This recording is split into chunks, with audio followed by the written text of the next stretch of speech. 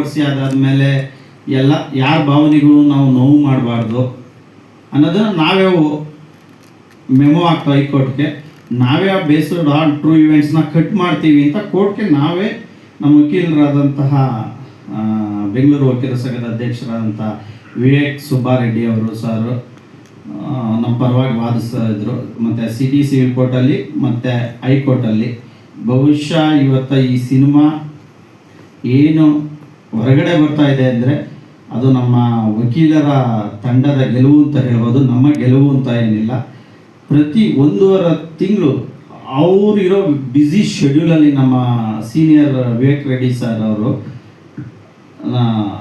ಎಷ್ಟು ಟೈಮ್ ಕೊಟ್ಟರು ಅಂದರೆ ನಮಗೆ ಬಾಮ ನೀನು ನಮ್ಮ ಹುಡುಗ ನೀನು ಒಬ್ಬ ವಕೀಲ ಮಾಡಿದ್ಯಾ, ಬಾ ನಾನಿದ್ದೀನಿ ನಾನು ಮಾಡು ಅಂತ ಹೇಳಿ ಬೆನ್ತೊಟ್ಟಿ ಇವತ್ತು ನಮಗೆ ಜಸ್ಟಿಸ್ ಕೊಡಿಸಿದ್ದಾರೆ. ನಾವು ಮೊದಲು ಅವ್ರಿಗೆ ಥ್ಯಾಂಕ್ಸ್ ಹೇಳಬೇಕು. ಜೊತೆಗೆ ಏನು ವಿವೇಕ್ ಸುಬ್ಬಾರೆಡ್ಡಿ ಸರ್ ಆಫೀಸಲ್ಲಿರೋಂಥ ಕೊಲೀಗ್ಗಳು ಪ್ರತಿಯೊಬ್ಬರು ಕೂಡ ಎಷ್ಟು ಜನ ಕೊಲೀಗ್ಸ್ ಇದ್ದಾರೆ. ನಮ್ಮ ರಾಜನ್ ಅವರು ವಕೀಲರಾದವರು, ಮತ್ತು ಅರ್ಪಿತಾ ಅವರು, ಯುಕ್ತ ಅವರು, ಮತ್ತು ಕೃತಿಕಾ, ಶಿರೀಷ, ಇನ್ಕ್ಲೂಡಿಂಗ್ ಎಲ್ಲ ನಮ್ಮ ಮಂಜು, ಆಮೇಲೆ ಅಸದ್ ಖಾನ್ ಅಂತ ಟೀಮು, ಇನ್ನು ಅನೇಕ ಹೆಸರಿದೆ. ಒಂದು 15 ಜನ ಕೆಲಸ ಮಾಡ್ತಾರೆ. ಪ್ರತಿಯೊಬ್ಬರು ಎಷ್ಟು ದುಡಿದಿದ್ದಾರೆ ಅಂದರೆ ಅದಕ್ಕೆ ಹೇಳ್ಬಾರ್ದು.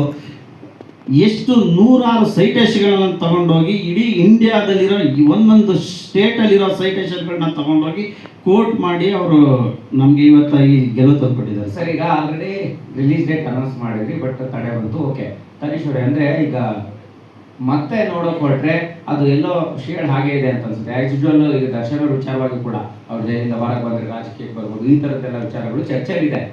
ಓಕೆನಾ? ಈ ನೀವು ಕೊನೆಯದಾಗಿ ಹೇಳುವಂಥ ಒಂದು ಡೈಲಾಗ್ ಅಂದರೆ ನಾನು ಎಂದೆಂದಿಗೂ ನಿಮ್ಮ ದಾಸ ಅನ್ನೋ ರೀತಿ ಏನೋ ಬರುತ್ತೆ. ಬಾಸ್ ಎಂದಿಗೂ ನಿಮ್ಮ ದಾಸ ಅಂತ, ನಿಮ್ಮ ಸೇವೆಗೆ ಸದಾ ಸಿದ್ಧ ಹೇಳಿ. ಅದೇ ಡೈಲಾಗ್ ಮತ್ತೆ ಒಂದು ರೀತಿ ಕನೆಕ್ಟ್ ಆದಂಗೆ ಅನ್ಸಲ್ವಾ ಅಂತ? ಇಲ್ಲ ಸರ್, ಈಗ ಅದು ಸೆನ್ಸರ್ ಆಗಿದೆಯಾ? ಸೆನ್ಸರ್ ಆಗಿದೆ. ಈ ಡೈಲಾಗ್ ಸಿನಿಮಾದಲ್ಲಿದೆ ಸರ್. ನೀವು ಈಗ ಏನು ಯೂಟ್ಯೂಬಲ್ಲಿ ನೋಡ್ತಿದ್ದೀರಾ ಎಲ್ಲ ಸೆನ್ಸರ್ ಆಗಿರೋವಂಥದ್ದು. ಆದರೆ ಈ ಟ್ರೈಲರ್ ಸೆನ್ಸರ್ ಆಗಿಲ್ಲ. ಡೈಲಾಗ್ಗಳು ಇರೋ ಸಿನಿಮಾದಲ್ಲಿರೋವಂಥವನ್ನ ತೆಗೆದುಕೊಂಡ ಹಾಕಿದ್ದೇವೆ. ನೀವು ಟೀಸರ್ ಟ್ರೈಲರ್ ಏನೋ ನೋಡಿದ್ರೆ ಅದೆಲ್ಲ ಸಿನಿಮಾದಲ್ಲಿರೋವಂಥದ್ದು. ಬಟ್ ಟ್ರೈಲರ್ ಸೆನ್ಸರ್ ಆಗಿಲ್ಲ ಸರ್. ಟ್ರೈಲರ್ ಸೆನ್ಸರ್ ಆಗಿಲ್ಲ. ಕೋರ್ಟ್ ಕಟ್ಸ್ ಹೇಳಿಲ್ಲ.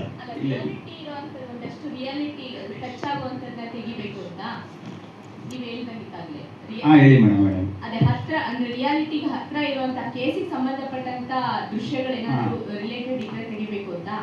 ಸೊ ತೆಗಿಯೋದ್ರೆ ಎಷ್ಟು ತೆಗಿಬೇಕಾಗುತ್ತೆ ಸರ್? ಅಲ್ಲ, ಕೋರ್ಟ್ ಏನು ಹೇಳ್ತಾ ಅಂದರೆ ನಾವು ಹಾಕಿದ್ವಲ್ಲ ಟೀಸರ್ ಅಲ್ಲಿ ಬೇಸ್ಡ್ ಆನ್ ಟ್ರೂ ಇವೆಂಟ್ಸ್ ಅಂತ, ಅದನ್ನ ನಾವೇ ವಾಲಂಟ್ರಿಯಾಗಿ ಮೆಮೊ ಹಾಕಿದ್ದು, ಅದನ್ನ ತೆಗಿತೀವಿ ಅಂತ ಹೇಳಿ, ಕಟ್ ಮಾಡ್ತೇವೆ ಅಂತ ಹೇಳಿ ಅದನ್ನು ಹೇಳಿದ್ದಾರೆ. ಜೊತೆಗೆ ಇನ್ನೂ ಓರಲ್ಲಿ ಕೆಲವು ವಿಷಯಗಳನ್ನ ಹೇಳಿದ್ರು, ಅವುಗಳು ಇನ್ನೂ ನಮ್ಮ ಕೈಗೆ ಸಿಕ್ಕಿಲ್ಲ. ಏನು ಹೈಕೋರ್ಟು ನಮಗೆ ಡೈರೆಕ್ಷನ್ ಕೊಟ್ಟಿದೆ ಅದನ್ನು ಚಾಚು ಚೊಪ್ಪದೆ ಮಾಡೇ ಮಾಡ್ತೇವೆ. ಅದನ್ನೆಲ್ಲ ನಮ್ಗೆ ಆರ್ಡ್ರ್ ಕಾಪಿ ತೊಗೊಂಡು ಅದರಲ್ಲಿ ಏನೇನು ಒಂದೊಂದು ಪಾಯಿಂಟ್ ಹೇಳಿದೆ ಅದಕ್ಕೆ ಬದ್ಧವಾಗೇ ನಾವು ಸಿನಿಮಾ ರಿಲೀಸ್ ಮಾಡ್ತೇವೆ. ಭವಿಷ್ಯ ನಾವು ಅಂದ್ಕೊಂಡಿದ್ದಂಗೆ ಆಗಿದ್ರೆ ಸುಮಾರು ಒಂದು 120-130 ಥಿಯೇಟ್ರುಗಳು ನಮ್ಗೆ ಆಲೇ ಇತ್ತು ಈ ಈವ್ನಿಂಗ್ ಮಾಡೋದಕ್ಕೆ.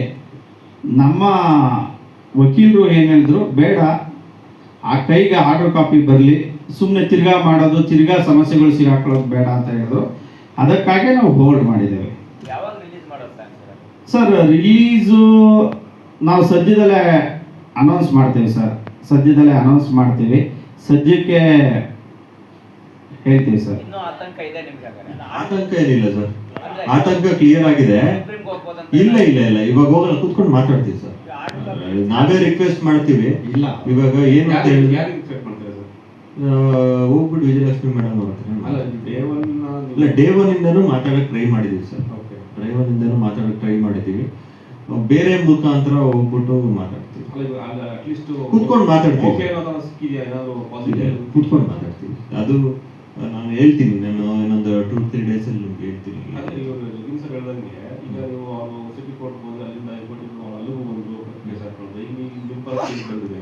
ಹೇಗೆ ನೀವು ಸುಪ್ರೀಂ ಕೋರ್ಟ್ ಹೋಗ್ಬೋದು ಅಥವಾ ಮತ್ತೆ ಹೈಕೋರ್ಟ್ ಸರ್ಕ್ಯೂಟ್ ಅಲ್ಲೂ ಆಗ್ಬೋದು. ಅಲ್ಲ ಇಲ್ಲ, ಅವ್ರ ವಕೀಲರು ಕೇಳಿದ್ರು, ಅವ್ರ ಸಾಹೇಬರು ಏನು ಆರ್ಡ್ರ್ ಮಾಡಿದ್ರು, ಆವಾಗ ಅಲ್ಲಿ ಇದ್ದಂಥ ದರ್ಶನ್ ಸರ್ ಮತ್ತು ವಿಜಯಲಕ್ಷ್ಮಿ ಮೇಡಮ್ ಅಡ್ವೊಕೇಟ್ಸ್ ಅಪ್ರೋಚ್ ಮಾಡಿದ್ರು, ಈ ಸಿನಿಮಾನ ಬಿಡುಗಡೆ ಆಗದಂಗೆ ನಮ್ಗೆ ಒಂದು ವಾರ ಕಾಲಾವಕಾಶ ಕೊಡಿ ಅಂತ ಹೇಳಿ ಬಿಡುಗಡೆ ಅಂತ. ಅದಕ್ಕೆ ನೀವು ಮುಂದೆ ಏನೈತೆ ಪ್ರೊಸೀಜರ್ ಫಾಲೋ ಮಾಡಿ, ನಾನು ಇದಕ್ಕೆ ಕೊಡಲ್ಲ, ನಾನು ಆರ್ಡ್ರು ಸಿನಿಮಾ ಬಿಡುಗಡೆ ಮಾಡಿ ಅಂತ ಮಾಡಿದ್ದೇನೆ, ಇದಕ್ಕೆ ನನ್ನ ಆರ್ಡ್ರಿಗೆ ನಾನು ಕೊಡೋದಿಲ್ಲ ಅಂತ ಜಡ್ಜ್ ಸಾಹೇಬರು ಹೇಳಿದ್ರು, ಕೋರ್ಟ್ ಹೇಳಿತ್ತು. ನಂತರ ನಮ್ಮ ಹೀರೋ ಏನೋ ಮಾತಾಡಿದ್ದೀವಿ ಅಂತ ನನಗೆ ಈಗ ಹೇಳ್ತಾ ಇದ್ದಾರೆ. ಖಂಡಿತ ಮಾತಾಡಿದ್ರೆ ನಮ್ಮ ಒಳ್ಳೆಯದೇ ಸರ್. ಸರ್, ಈಗ ನೀವು ಇಷ್ಟು ಈ ಕೋರ್ಟ್ ಕೇಸ್ ಎಂಟ್ರಿ ಆದಾಗಿಂದ